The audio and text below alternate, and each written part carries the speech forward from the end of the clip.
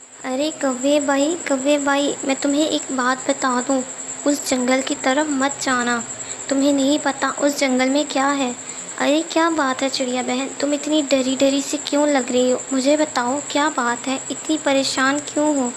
میں ابھی اس جنگل سے آ رہی ہوں اور میں نے وہاں پر ایک بہت ہی بڑا سانپ دیکھا ہے۔ لگتا ہے وہ اب ایک بڑا سا سانپ اس جنگل میں آ گیا ہے اور وہ اب ہمارے انڈوں کو نہیں چھوڑے گا، وہ ہمارے انڈے کھا لے گا۔ اسی لیے میں تمہیں بول رہی ہوں اس جنگل کی طرف مت جانا۔ لیکن اس جنگل کے اندر سانپ کون لے کر آیا ہے؟ کہیں وہ اس چڑیل کا تو نہیں کام جو ہمارے انڈوں کی دشمن بنی ہے؟ مجھے لگتا ہے وہی اس سانپ کو ہمیں ڈرانے کے لیے لے آئی ہے۔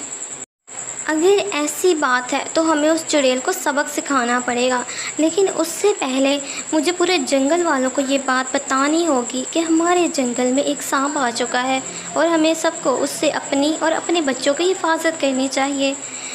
طوطی بہن میری بات سنو، میں تم سے ایک ضروری بات کرنے آئی ہوں۔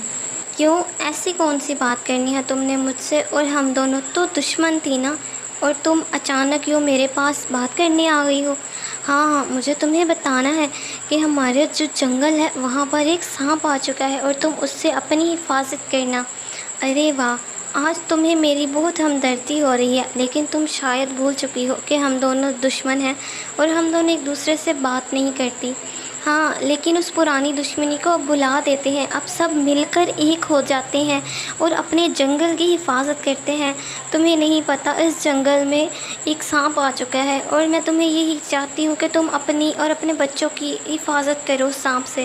مجھے پتہ ہے میں نے اپنی اور اپنے بچوں کی حفاظت کیسے کرنی ہے، مجھے تم سے سیکھنے کی یا پوچھنے کی ضرورت نہیں ہے۔ اب تم یہاں سے جا سکتی ہو اور دوبارہ میرے گھر میں مت آنا جب تک تم اپنی غلطی کے لیے مجھ سے معافی مت مانگ لو۔ ارے ایسی کیا بات تھی جو وہ تم سے اتنا ناراض ہے؟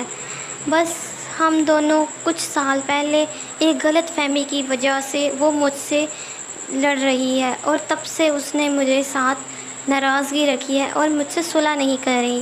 کیوں؟ ایسی کیا بات ہے جو تم دونوں کی دشمنی اتنی زیادہ بڑھ چکی ہے اور وہ آج تمہاری بات میں سننا نہیں گوارا کر رہی؟